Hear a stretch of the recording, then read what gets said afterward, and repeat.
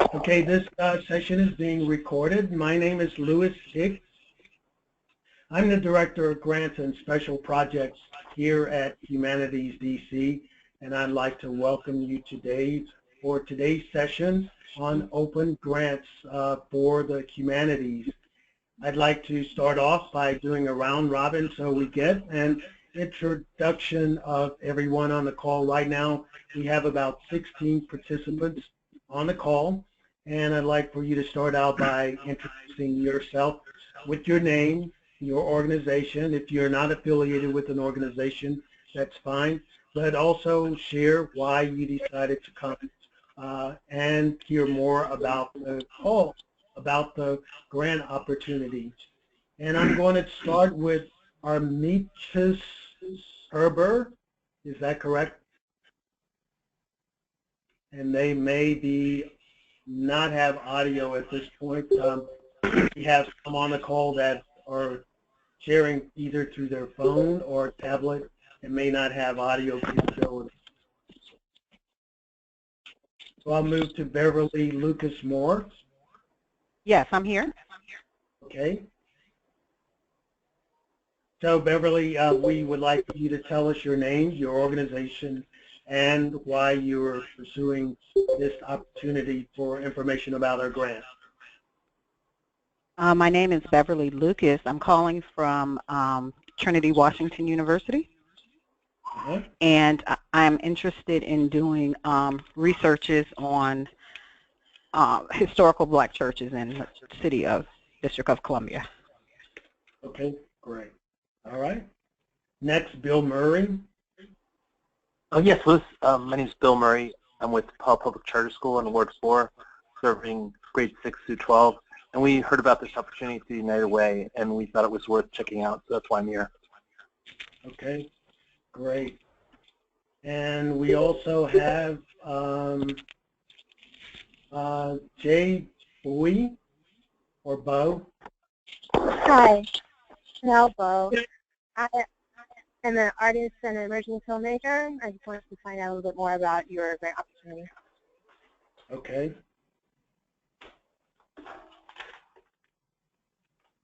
And we also have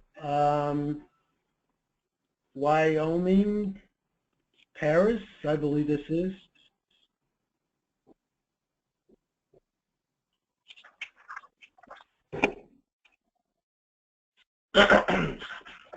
Hello, can you hear me? Yeah, now I can. Oh, yes, hi, good. Yes, good morning. Yes, I'm Wyoming Paris. I am the executive director for my youth performing arts program for ages from 14 to 17. We are in Ward 8, and I'm on this call because I would like to gain information on how we'll be able to facilitate funding to operate my program for singing, dancing, and acting in those areas for our youth in this area. And we need funding for that. Okay, great. Is there anyone else on the call that I have not heard from? Yes. Yes. Mr. Washington. Yes, Mr. Washington. One more time, your name. Yes, Mr. Washington. Good morning, Mr. Washington. And Mr. Washington, your organization and why you are exploring this grant opportunity. Yes, I just wanted to get some more information on your grant opportunity, so that's why I'm in today. Usually they weren't going to show up because we decided like that today, so they're coming next week. Because I'm going over today. Okay. All right. I wasn't listed. My name is Katie Davis, and I'm working on a project called Anacostia Unmapped, where have taught poets and writers the basics of audio, and we've been producing audio pieces for We Act Radio and for public radio. Great. Thank you, Katie. And Mr. Hicks? Hi. Yes. Hello? Yes. This is Artemis Herber from the Washington Sculpture Group.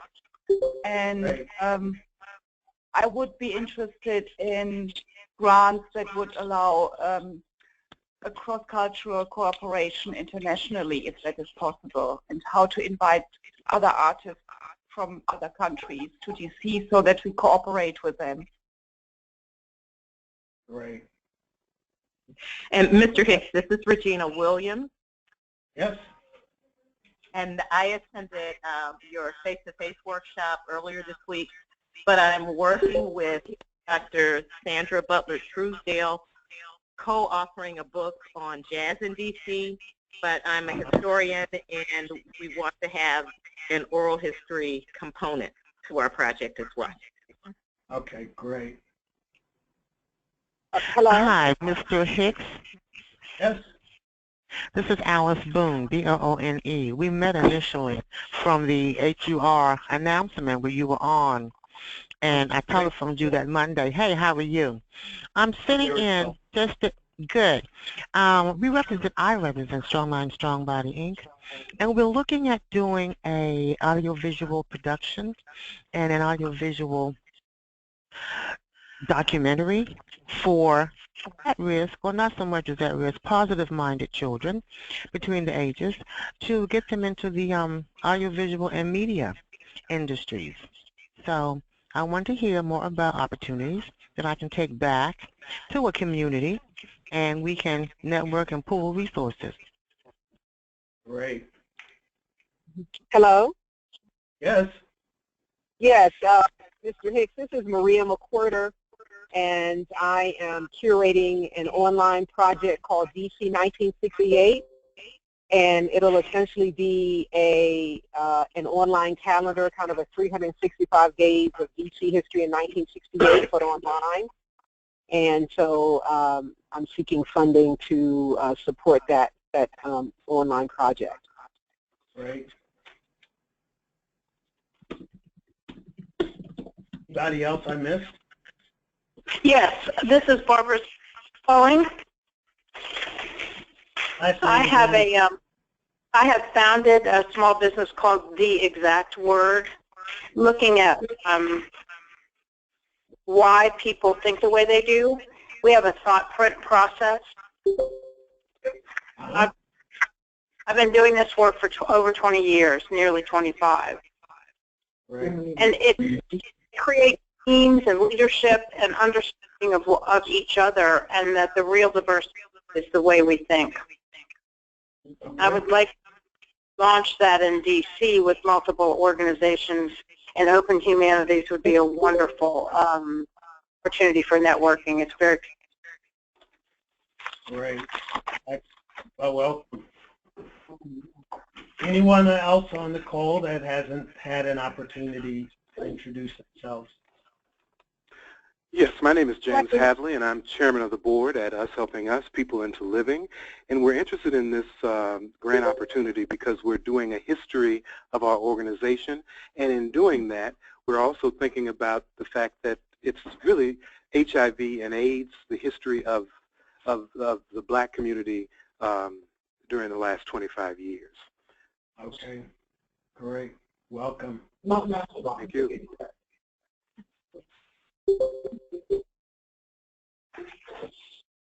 Anybody else? Jordan, if you want to allow them. Would you tell them I'm still trying to get it? Okay, I hear you in the background that you were still trying to get in. Your caller number 24. That's Barbara Allen. Okay, Barbara Ms. Allen. Yes. We can hear you, so if you'll introduce yourself. Okay. I'm Barbara Early Allen. I'm with Hattie Holmes Senior Wellness Center, and we are interested in bringing some quilting ideas to young people.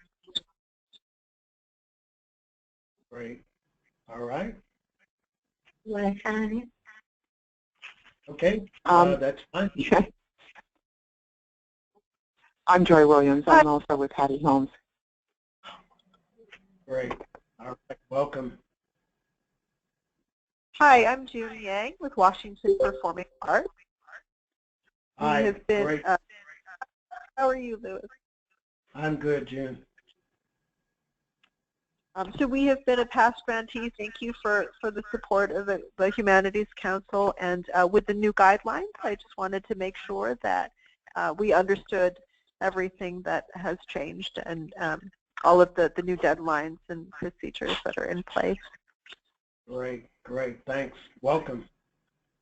Thank you. Hi, I'm Cynthia Khabib. I'm a documentary filmmaker, and I'm planning on producing a documentary on a very little known but accomplished Washington, D.C. artist. She passed away in 1981. Her name is Hilda Wilkinson Brown. And the documentary would also include her relationship with her niece, who's turning 90 this year, who's also a very accomplished artist, and what they have contributed to the Washington, D.C. area and throughout the country. Great, thanks. Welcome. Hi, yes, good afternoon. My name is Kenneth Parker. I am the Executive Director for Literacy Volunteers and Advocates. We are a nonprofit based in the Edgewood section of Ward 5, and we service adults who are reading at or below the 3rd grade level. And so I'm looking to see if there's an opportunity for us to collaborate and with funding to help improve their literacy, either through the print word or even digital media. Okay, I'm not sure if everyone sees the screen on the side, but Karina is introducing herself, and she says that she works with Brain Food, which uses food as a tool to engage, empower, and employ DC youth. Welcome, Karina.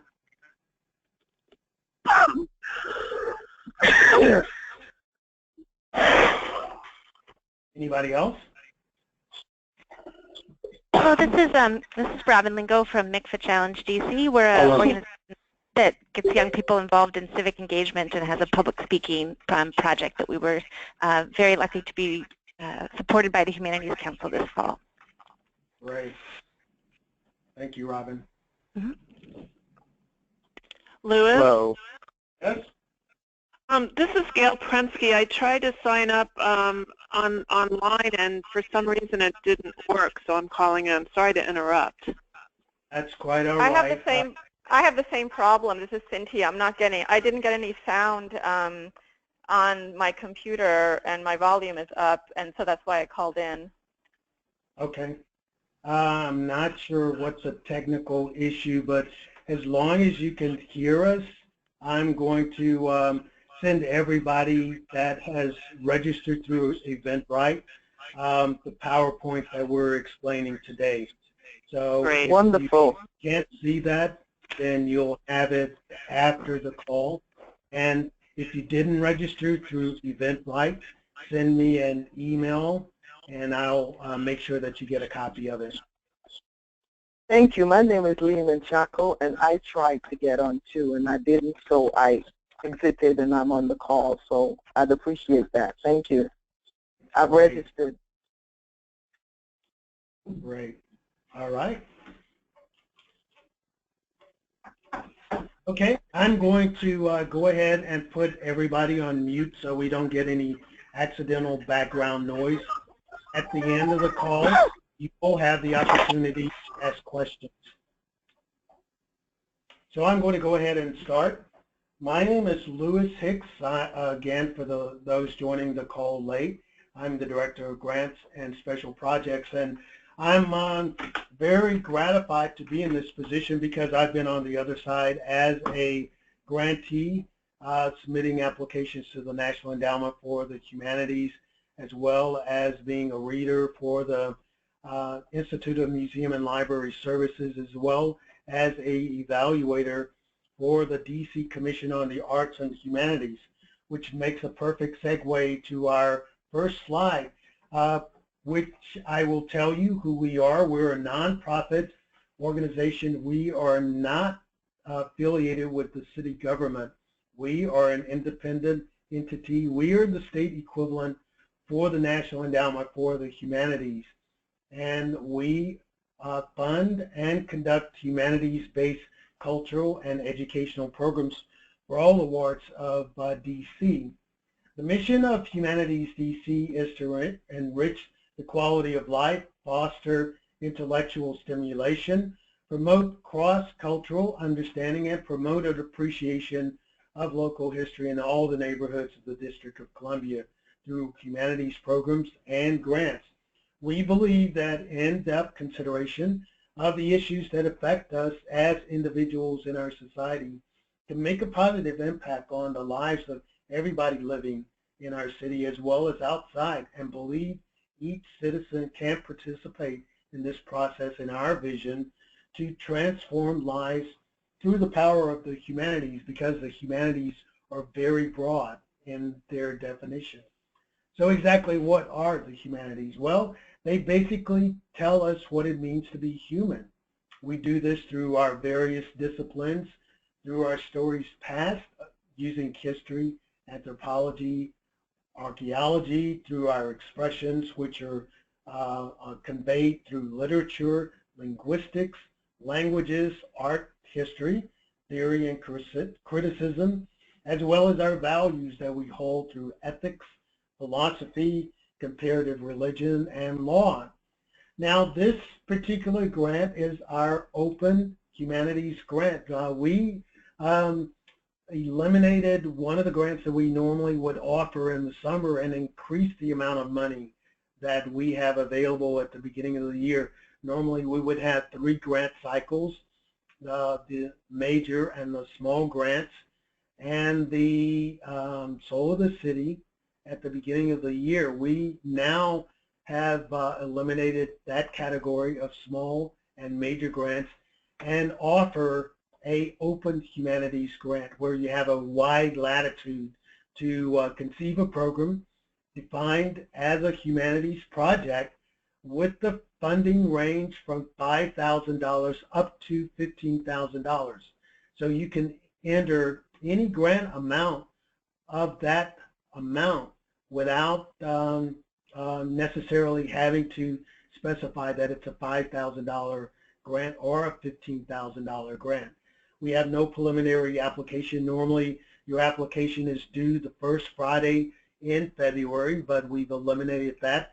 So once our online portal becomes available, right now it's not available for you to start working on your grant applications, but we expect very soon, within the week, that it will be up and available for you to start your grant application. The application deadline is due the first Friday in March at 11:59, not 12:01 on March 4th. And first-time proposal writers are required to attend a grant writing workshop prior to submitting their application. Now, there are circumstances that don't necessarily allow, and so if you have friends that have not able to participate, if they contact me, I will send them the PowerPoint and ask that they review that prior to calling me back with any questions. It's really important that they review that, and also I will send a document that has frequently asked questions, because any incomplete application will not be sent forward. I do not make the decisions on the grant applications, but we have a panel of evaluators, and if your application is incomplete, then it becomes dead on my desk and doesn't go forward. We also have a project, as I mentioned, a grant opportunity, Soul of the City. We're offering a face-to-face workshop this evening at Tinley Town Library at 6:30. And that allows you to get more in-depth discussion around this particular. I included it today just to give you an idea of what's happening for this opportunity, because it is a range smaller than what we offer for the open grants. It is $10,000. It provides humanities programs for youth ages 14 to 19 in the District of Columbia, based on Humanities DC's successful Soul of the City program. Organizations will be required to create a program, curriculum, for a minimum of 20 students participating in that program. And the program should emphasize Humanities DC's belief that effective leadership can be cultivated through a curriculum that combines humanities concepts with skill building. And you're encouraged to create your own Soul of the City program that will, first of all, encourage young people to view their city, their country, and their world in new ways. You're also encouraged to use humanities ideas, disciplines, and concepts to help youth understand themselves and the human experience. You should provide tools to encourage youth to improve themselves and the world in which they live, and at the end, gain practical, transferable skills at the end of the program. We're hoping that these Soul of the City programs produce confident, service-oriented leaders with increased communication and critical thinking skills. Funding for this grant program is provided by the DC Commission on the Arts and Humanities. Now, one caveat for this particular grant, in past years, we haven't held closely about your matching funds, which I'll talk later in this presentation, but you cannot use money that you have gotten for a project if you're a successful awardee for the Soul of the City or the Open Grants, because they support this particular grant opportunity. So your matching money cannot be used as a cost share to create your equivalent one-to-one match for funding. I'll talk about that later in the presentation. Now, the deadlines are critical that you meet these and don't submit anything after March 3rd. So the Open Humanities and the Soul of the City grant applications are due in the office, being submitted through our grant portal and not hand-delivered, because all of our applications are reviewed online. So you must submit by March 3rd at 11:59. The grant period is May 1st through May 1st, 2017 through April 30th, 2018. Any incomplete or late applications will not be considered. These are the kind of qualifying questions you need to ask yourself before you even begin your application. Is your organization or its sponsoring organization a 501c3 nonprofit? Is your project humanities-based? Is your project a benefit to the people of the District of Columbia? Are previous Humanities DC grants held by you or your sponsoring organization closed satisfactorily?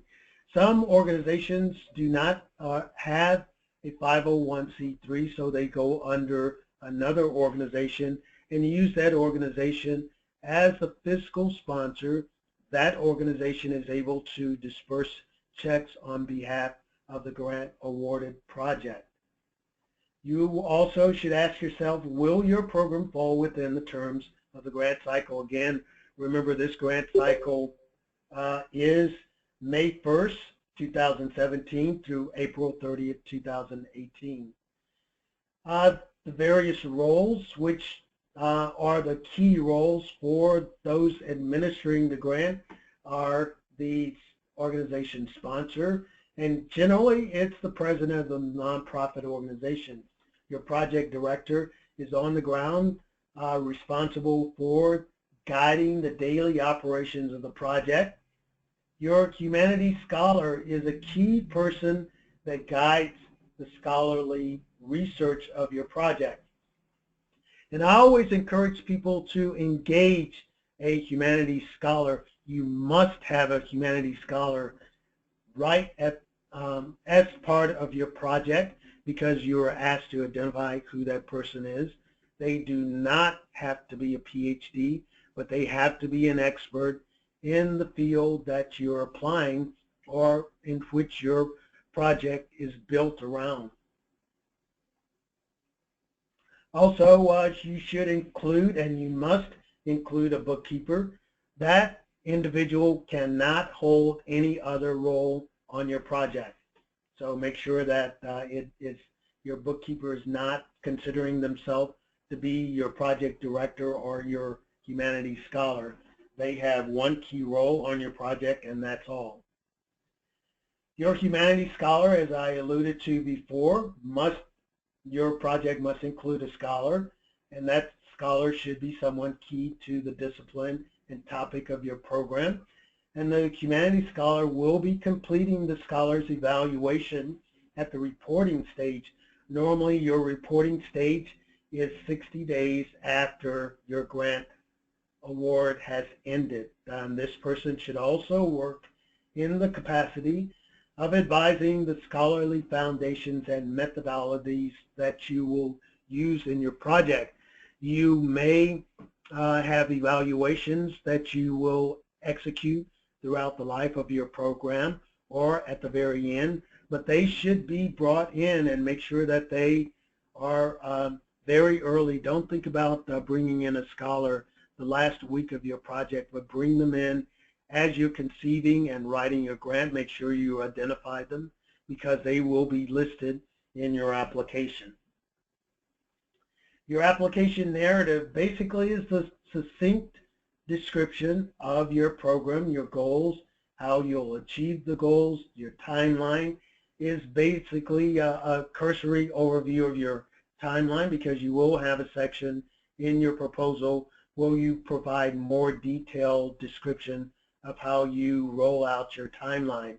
Also in the narrative, you will talk about how you will utilize your humanities scholar, who your audience is, how you're going to reach your audience, and what your distribution strategy is for maybe the end product, or how you will recruit people for the specific program. Now, your project can take a variety of forms, including audience discussions, book discussions, conferences, curriculum development, debates, discussion guides, exhibits, film discussions, film video production, oral history, panel discussion, radio programs, seminars, site interpretation, tours, teacher institute seminars, workshops, web development content, cultural festival, or other ideas. Now, one of the first things that you'll have in your application is a summary sheet, which is your worksheet to give the lump sum amounts that you will be using to conceive and calculate your final total for your project. That will include the funds that you ask from Humanities DC, requesting either honoraria, excuse me, salary, wages, travel, supplies, publicity, promotion, printing, postage, telephone, facilities rental, evaluation, and then the sum total of those. You're expected to come up with either cash, a combination of cash or in kind, to come up with a one-to-one match of the amount that will equal what you're requesting from Humanities DC. You can do that in all cash, in all in-kind services, excuse me, or also do it in any combination of the two of these, making sure that that amount is is equal to but half of the total budget. We ask that you list the sources of your own funds that you're bringing. If you're bringing other outside sources, what the amount is, and also list the organizations that are going to be contributing to the project. In your budget narrative, you should break out the items that are your lump sum items that you have in the categories that you've listed. This helps you to easily explain how you arrived at these figures. I always suggest to people preparing a proposal that you make sure that you separate those categories that you're asking from Humanities DC from those that you're identifying as the ones your organization is contributing. And If you're bringing cash, I would also further separate when you're explaining about your cost that you're identifying. Keep a separate set of explanations for those that are cash, separate from those that are in kind, because when you start talking about the two of them together, talking about in-kind honorary and in-kind cash, it becomes confusing and difficult to kind of track, even though we're all intelligent and we can read. It just makes it easier to follow your thought processes if they're separated in that manner, rather than lumping everything together and we're having to creatively interpret what you meant, and we may misinterpret, and because we're misinterpreting, you will get rated lower because we don't understand exactly what you meant to say, even though it's down on paper. Now, this is an example of a budget narrative, and for those that are just hearing the audio, I'm going to read the information that's on the screen. The budget narrative is a breakout of the items listed in the budget sheet for funds requested. For example, if there was an item of $2,000 listed on the sheet for salaries and wages, the budget sheet should reflect the category salaries and wages, which will equal $2,000. One item, as the project director, is being paid an hourly rate of $50 per hour times 20 hours to equal $1,000. A videographer is also being paid $25 an hour times 40 hours to equal $1,000. The total amount for the salary and wages for that category totals $2,000.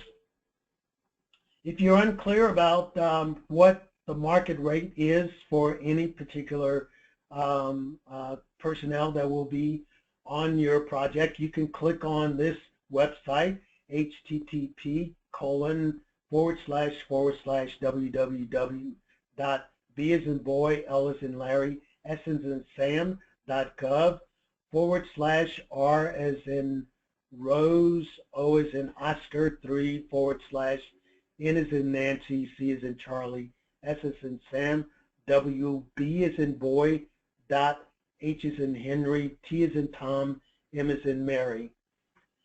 Humanities DC funded projects require a one-to-one match. And again, this is one thing that I forgot to upgrade this presentation. One-to-one match up to $15,000 instead of $5,000. This reflects our last cycle. So anywhere within the range of $5,000 up to $15,000. Now, what do we fund? Because people hear DC Commission on the Arts and Humanities, the separate organization, they think about performances. We do not fund arts-related programs or performances. That's a line item that the DC Commission on the Arts and Humanities funds. And as you see, creative performing arts projects are more fundable through the DC Commission on the Arts and Humanities. We do not fund general office supplies, the bricks and mortar for your organization's rent, overhead, or restoration of a building. We do not fund your membership, but we will fund project supplies, but not those supplies that go beyond the life of our project. So if you bought a warehouse full of paper, just be aware that our evaluators will look at that on your budget sheet and wonder whether or not you padded something else on your budget. We will pay for space rental as part of your grant allocation. At the end of your program, you might have a culminating activity. You may need to also rent space through the life of your project. You can also consider using a space that you're using if it has been donated, and use that market rate that they normally would share that. and use that as a cost share that you create to develop your budget. I'll talk about that a little bit later. Honoraria, you can pay someone, project transportation, AV rental cost, project publicity and promotion. Also consider this project is my project humanities based. We've gone over the various disciplines earlier. How does my project highlight, enrich, and or bring about the greater awareness of Washington, D.C.'s history in the neighborhoods and its residents? What's the story I'm trying to tell, and why is this important that I get this story out? Is my budget realistic? Will it look like I padded it? Do I have enough money to do what I say I want to do? Other questions you can consider. What can be accomplished with the funds if I receive them from Humanities DC? Are my goals and timeline realistic? Do I have a capable and having trouble with words today, okay, compatible scholar to guide this project? Who is the audience? What is the size of the audience, and what is my distribution strategy? And what is my outreach and promotional strategy for the project? Now, how do you submit your application? First of all, you go to our website, Humanities DC. Go to through this website address, which is www.humanitiesdc.org. Click on Grants on the menu bar, pull down the menu, and click on Apply for Now, and it takes you to this online portal, which is our portal to apply. Over to the right, you see there's a gray area, and I have another slide following this one, which will give you easier read details of that particular one. But that's there to give you a warning if you are with an organization like June, who's come to us before and applied for funds. We ask that you not create another profile, but if you have staff members that have not gone through this and they will be preparing the application, please ask them to come and we will align them with the profile of the past as well as applications. It's important that we do this because there are often delinquent grants that may be as far back as 2013 that we will be alerted that there is a delinquent application. If you have delinquent applications, you cannot apply. That will be one of the things I will be checking once applications come in. I'll check your organization to make sure that you fulfilled all your obligations. Now on your landing page, you will start your log on with your email address. So make sure that whatever email address you use, that's something that you use on a regular basis, or you have recorded it so that each time you come to this page, you're able to log in the manner that you started. I know people tell us not to write down our passwords, but if that's necessary for you, write down the password that you use to log in and make sure it's safe and secure so that nobody else uses it and can have access. In the event that you have trouble or have forgotten, it's easy enough to click on, like most sites, I've forgotten, and it will give you some queries to help you retrieve your logon information. If all that fails, just give me a call in the office. I have access to your login information, and I can help you maneuver through this so that you can log on and renew the information on your page as you continue to work. You don't have to complete everything in one sitting. You can save all your work, log out, come back, do some more work, log out, come back, and over until you're ready to submit the final button, the button for your final submission. Once you submitted it, it's gone, but if you need to retrieve it prior to the final deadline, I can make it available for editing again, and you can re-edit and resubmit prior to March 3rd. but that's only if you submit prior to March 3rd. Now again, as I mentioned before, first-time applicant registration, if you think you or someone in your organization may have previously applied for a grant, please don't create a new account. Instead, call me. My phone number is listed at the very end of this presentation. We'll check your organization's account and issue you new login credentials. If you're applying through a fiscal sponsor and you believe someone at that organization may have previously applied, please contact me again at the information either above or at the end of this PowerPoint, and I'll help you walk through and see how we can get you with credentials to start your application. Remember that your organization must be a 501c3, and applying for this, you are eligible to apply. And for our later grant opportunity, the DC Community Heritage Project, we do accept DC nonprofit status for that grant opportunity. And you will be required to provide your organization's EIN number to qualify. If there's anybody on the call that does not know what an EIN number, please ask me that at the end of the call when I open it up for questions. You can basically, an EIN number, if you need to explore more about that and ask detailed questions, it's basically that number that we use to report to the federal government that we have distributed federal funds. In order to get that, you can go online, type in EIN, and that will allow you to apply. It used to be you can get a quick response for a number, but now because they are charging a fee, it takes a little bit longer to get a quick response, but I believe it is still free.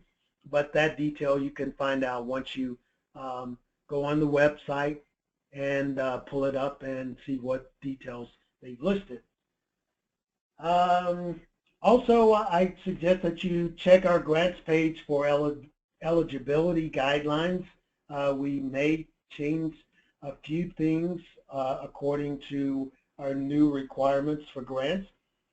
And if your organization is not a 501c3, please contact our office using the information about applying through a fiscal sponsor. And a fiscal sponsor can be the conduit for you applying. Now, the first thing that you do when you're logging in, you identify what the project name will be. Give a project description. You have 2,000 characters. How much money you're going to ask for. We're probably redoing this form. This is one from our information we captured from a 2014 application, and we're since updating it last year as well as this year. So it may look slightly different as you get to this page. Also, your program narrative, your organizational profile. Now, this is a key thing that I always ask that people pay close attention because it's been a point of confusion. If you're coming in under a fiscal sponsor, that organization gets identified here. Later on, you will explain the relationship between the fiscal sponsor and you as the on-the-ground organization doing the day-to-day activities. The fiscal sponsor is the one that issues the check, so we want to know all the information about that organization, describing its history, the year it was founded, by whom, how this project will support its overall mission and goals. It may be totally unrelated, but they have agreed to serve as your fiscal sponsor. So we're not as interested in meeting the criteria of that organization, just as long as they have agreed. Now, it's important that you also include a letter from that organization saying that they have agreed to serve as your fiscal sponsor. Also, the next line tells us about your key personnel, so that would be your bookkeeper, your humanities scholar, your project director who those people, any key people that you will be using on the day-to-day are very critical parts of your program.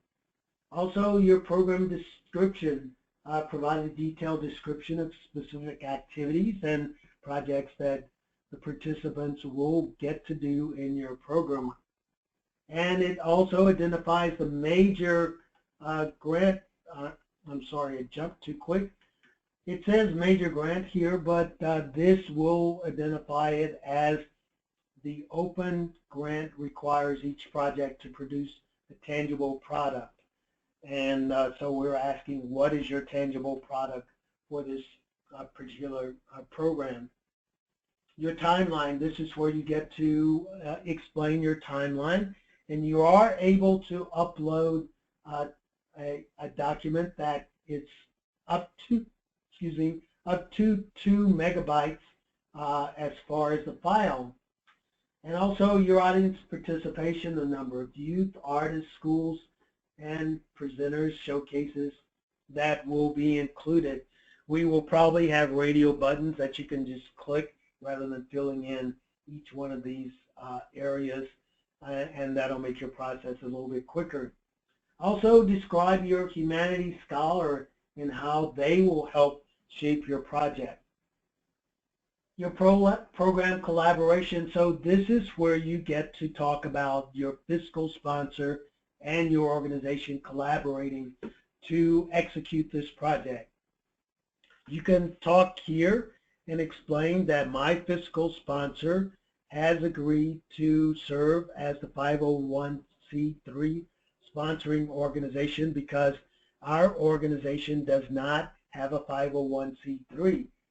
They will not play a key role in the day-to-day operations. They merely write the checks. Or they will collaborate by working in the very beginning with our key staff to help plan and execute, because we are relying on them as a source of funding, and they have agreed to be an integral part because they have the expertise for a key component of this project that we need to have integrated into the project. Also, the marketing. How are you going to market to your audience and the products that will be produced to market? What's your evaluation tools that you'll be using?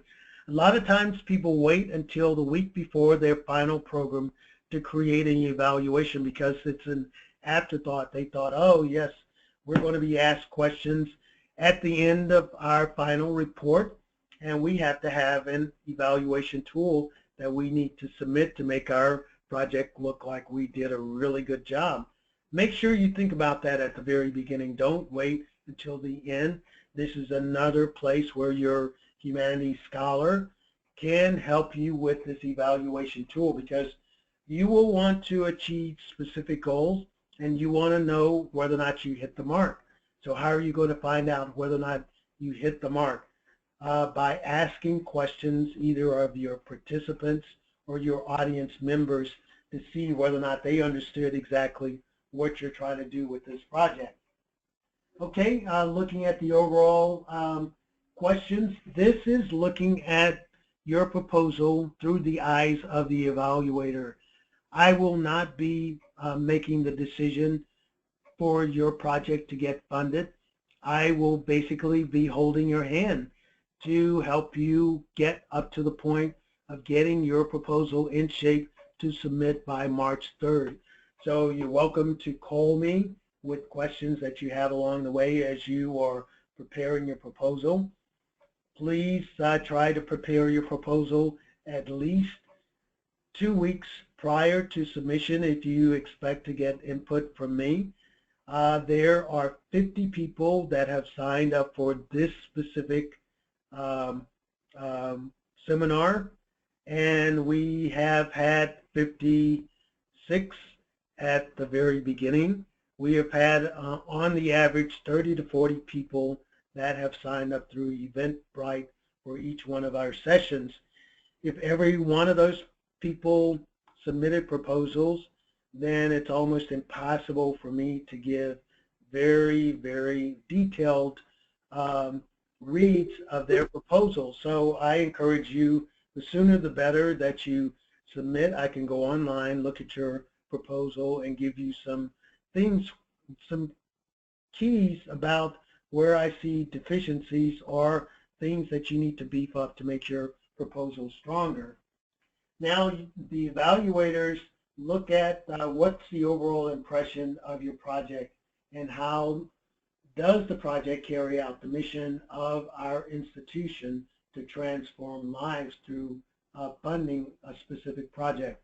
They're asked to describe this both in a narrative and also rank it, this particular question, from 1 at the very lowest to the very highest of a 10.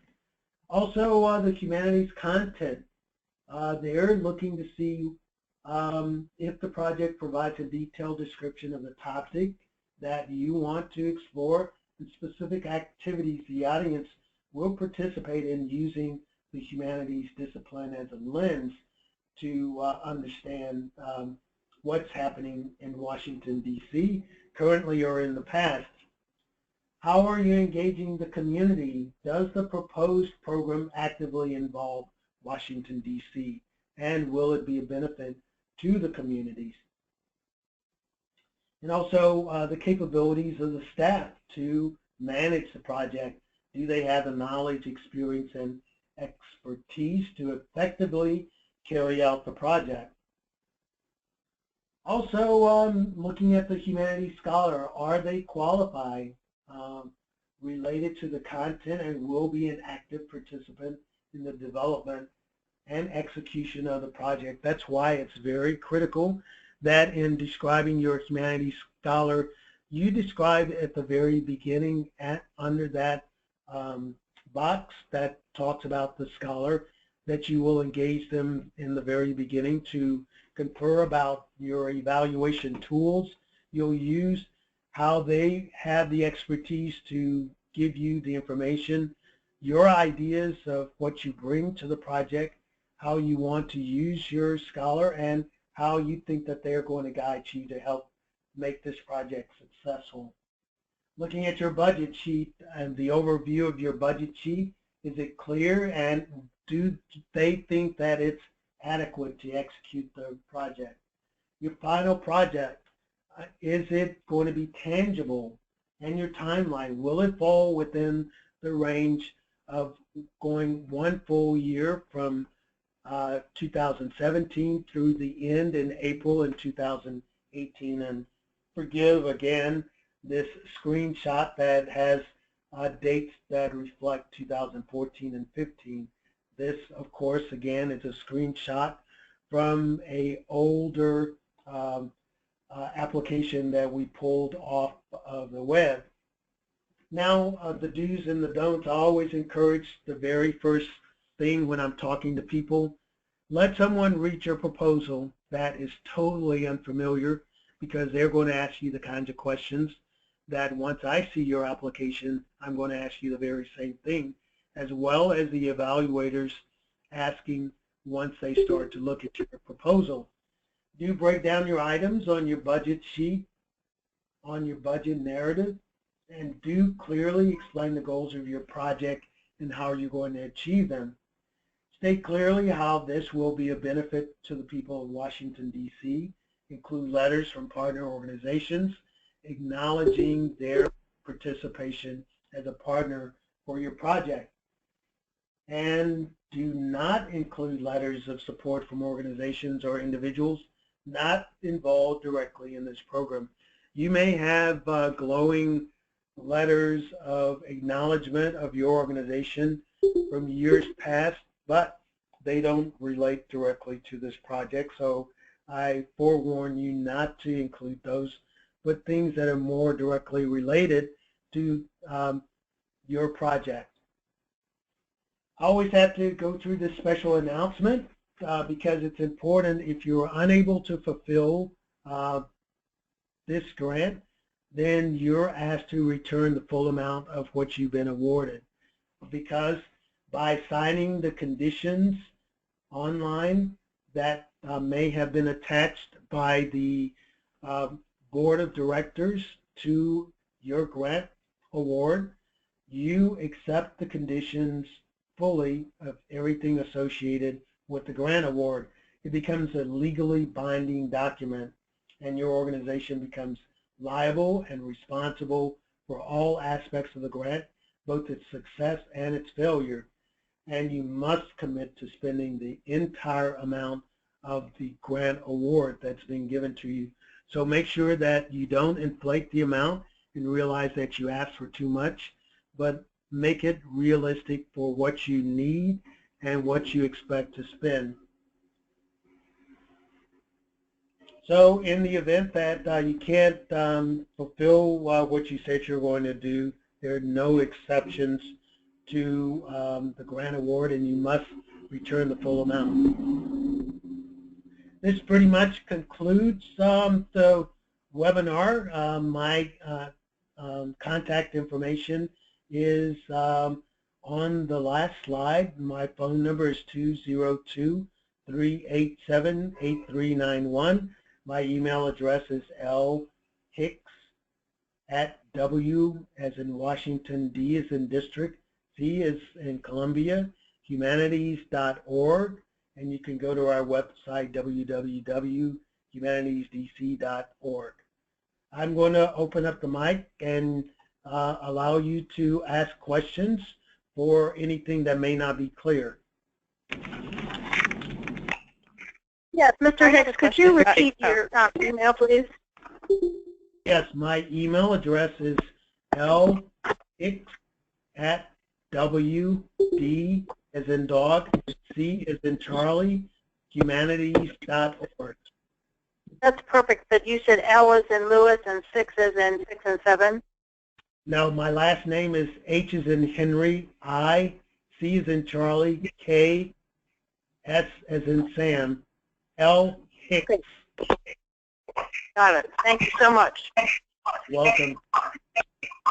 This is Cynthia Khabib. I have two quick questions. One is, when preparing the budget, is it acceptable to budget an honorarium for the Humanities Scholar that I would have selected for the project? Yes, that's perfectly fine. Okay. And then the second question is, let's say that I was able to find a fiscal sponsor for the project, but there is somebody else who would also like to apply for a grant through that same fiscal sponsor. Do you allow that, or do you only allow one fiscal sponsor to apply for a grant? That's a clarifying question that I think we're changing the terms this year, and I'm not sure that I've got a definitive answer, but that will be a question that I'll get answered, and I'll email everybody on this call that answer so that we can know this, because there are small organizations that go to the same fiscal sponsor in our city, and in past years we've only allowed the fiscal sponsor to sponsor one grant at a time, get that closed out, and then they can accept. But we may allow for multiple organizations to apply under one sponsor. But that will be something I'll clarify this afternoon. Thank you. You're welcome. Mr. Hicks, do you have a policy about the number of grant applications that an organization can have under review? So if someone wanted to apply for the Open Humanities Grant as well as the Soul of the City, would you advise against that, or what is the policy? Yes, the quick answer is yes, I would advise against that. That's a question that seems to come up at each one of our workshops, and I think it's an excellent question. The reason for my advising against this is because we will have 2 other grant opportunities later in the year that may fit your ideas. One is an oral history program that will allow you to capture stories about people in the district, as well as a smaller amount, the DC Community Heritage Project, which could serve as a planning project. It's only $2,500, and it's a short window for the grant. So it may serve as a way that you create something that you plan, but it's also geared toward preservation. But the reason I advise against it is because, as I was mentioning, the number of people that have called or sent in registrations for these webinars and face-to-face, we have an interest of in excess of about 150 people that have expressed interest over the course of the past 3 weeks. And if every single person applied, and you applied both for a Open Humanities grant and a Soul of the City, which there will only be 3 awards of $10,000, you're competing not only against yourself, but that pool of applicants for each one of those separate pots of money. Mm-hmm. Okay. And also, because of the range that we cannot say how many grant awards we will give out in the range of $5,000 to $15,000. It is determined by what the recommendations are to the Board of Directors and what the Board of Directors feel are appropriate amounts to give to help people satisfy their grant request.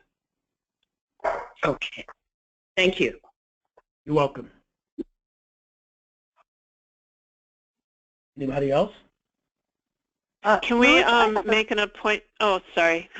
I was just going to ask, can we make an appointment to talk to you? Can we email you and make an appointment? Or yes, yes. Okay. Okay, great. And one other question, and I'm going to jump off.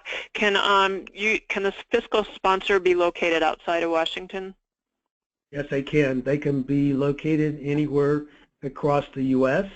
as long as they have agreed to be your fiscal sponsor. We have current grants with New York Women in Film. Okay, great. As well as other organizations outside D.C. Great. Okay, well, thanks very, very much. This is great. Bye, everybody.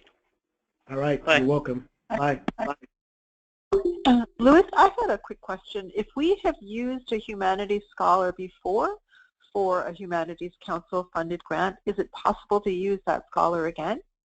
Yeah, it's no problem with that because you're going to them because you think that they have the expertise you need, and if we've approved it in the past, then we think that that's a perfectly great scholar to use.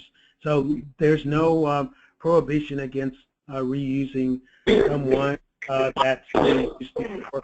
Matter of fact, I've even recommended a scholar that had completed a grant and recommended them to an applicant to consider for one that they're going to submit a proposal.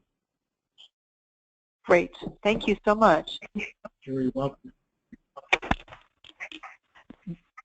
Louis, this is Cynthia again. I have 2 more questions. One is, would we check with a potential fiscal sponsor to see if they have any grants which have not been closed with you, or is that something that we should check with you rather than with the organization that we might be looking at as a fiscal sponsor? I would check with the organization first because you kill 2 birds with one. Let them know that you're interested in using them, as well as they can probably give you a very quick answer. And if not, if they can't and the person doesn't know, then I can look it up very quick.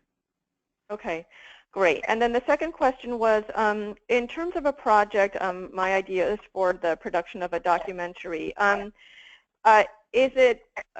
the Humanities Council evaluation team, if I put in that I was looking for, through my fiscal sponsor for a grant for a certain amount, and I also included how it would be publicized and where it would be shown, but I didn't budget in for that. Do they expect that something like that should be budgeted in for in the grant amount that is requested?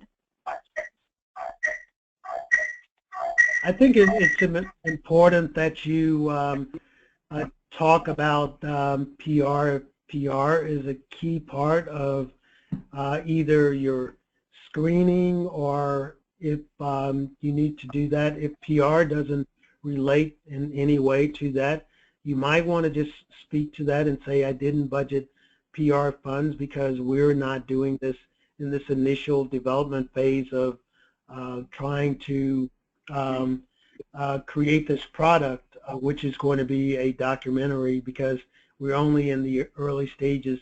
Probably phase 2 will require using our B-roll to go to the studio to edit and also collect more oral histories in the future. So you might consider you might need to use PR money to get the word out that you need more subjects to give you key information for your interviews that you're going to use on your B-roll.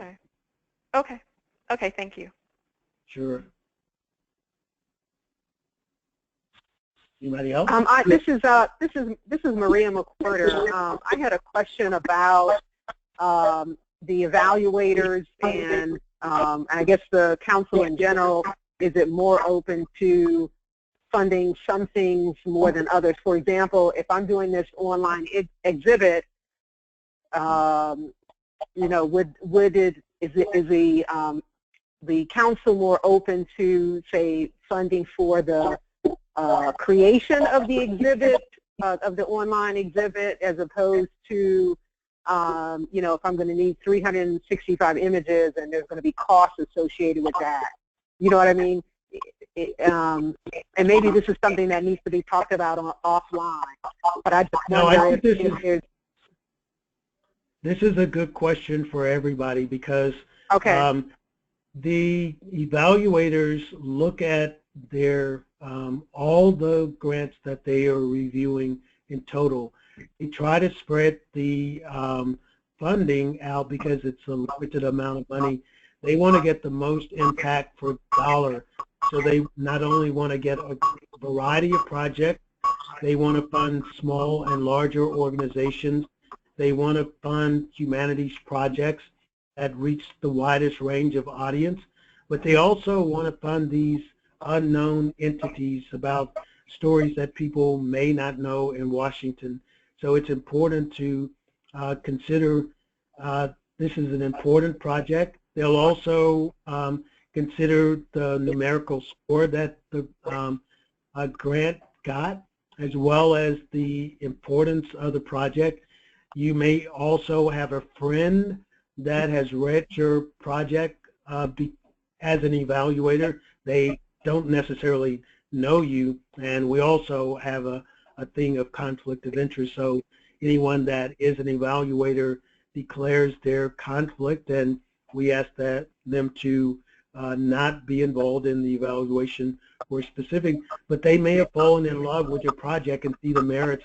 They will argue to fund you according to their passion for what they believe is a worthy, and looking at the full range of what's available. Okay, thank you. Sure, you're welcome. Okay. Hello? Oh, Yes. Mr. Patino, one last question, please. And I have to ask this, maybe explained on the website, but since I know that most, or a lot of the people who are interested in applying are volunteers with very small nonprofit organizations where nobody gets paid, if they are awarded a grant, would they have to complete the project and be reimbursed? Or is the funding made available monthly, or how is it handled? That's an excellent question, because you get 90% of your grant award up front. Yet the remaining 10% will be paid after the 60 days or within that interim period that you submit your final report and get a sign-off from me that you have been closed out and you have successfully completed your grant project. So you'll get 90% of your grant award up front. So make sure that you budget throughout your project. If you're going to pay your volunteer participants, even though they don't normally get any kind of compensation through your organization, you can make them a line item and compensate them as a remuneration for the work that they're doing. So make sure that you calculate so that you have what you need in order to pay them to complete work. You can use any way that you want to do it. You can pay them part in funds from the project, but you can also use their services as a contribution that they're contributed as an in-kind salary to help you reach your amount that you need to pledge as a one-to-one match. Okay. All right. Thank you. Sure. Anybody else?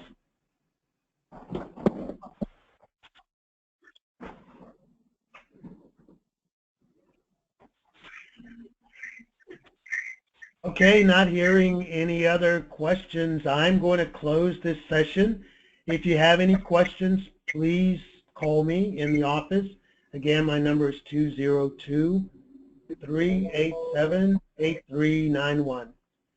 Thank you all for participating, and I look forward to hearing from you and working with you to create some successful grants. All right? Thank you very much. Thank you. Bye-bye. Okay. Thank you. Sure. Bye.